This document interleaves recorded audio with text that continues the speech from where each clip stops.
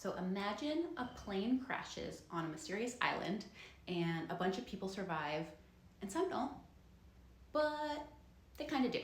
Anyway, and all the people that survive are like hot babes. Okay, yeah, so far so good. Hot babes, makes sense. So now all these hot people are like on the island and they're like trying to survive, and they all have really shitty pasts, and one of them's pregnant.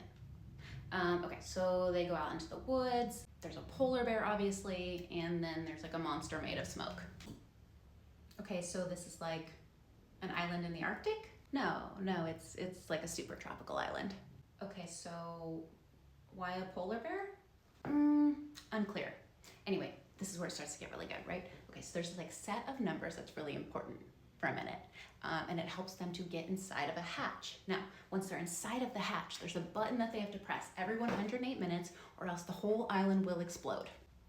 Okay, so what? They just like keep pushing the button for the entire show? No, of course not. That would be weird. They just do it for like one season and then it blows up. Okay, so then everyone dies? No, of course not. Everyone's totally fine. Next, we're gonna introduce a new group of people. We're gonna call them the others, and they are the bad guys, sometimes. And the others, they like kidnap people, they torture people, and they're specifically interested in pregnant people because you cannot give birth on this island or the baby will die. Okay, so that seems like a pretty big deal then. Yeah, for sure, it definitely is, but then it's not anymore. Okay, so now we're gonna start to introduce time travel, right? And so there's like a place on the island you can go, you spin this giant wheel, and it will either take you to the Arctic or Tunisia. Okay, the Arctic or Tunisia, why those places? They just seem like good places. Now the next part gets a little confusing because there is the time travel, and then there's also flashing back and forth between their past life and then their current life and then also their future life and then also like an alternate life. Okay, is that how time travel works? And now we're gonna meet Jacob, and he's really important. He's kind of like, I don't know, like a prophet. He's like a guardian of the island, and he's like immortal, except he's not immortal because he can totally die. And you remember that smoke monster I mentioned earlier? Yeah, well, they're brothers.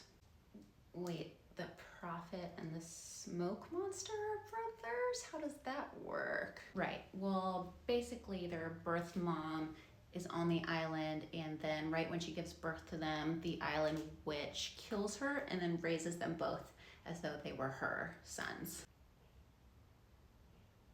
Okay, and then finally there's like a glowing cave that's like the source of life and death, and someone is needed to protect it. And then the last season is kind of like a whole metaphor for purgatory, except for it's not purgatory, but also it is purgatory.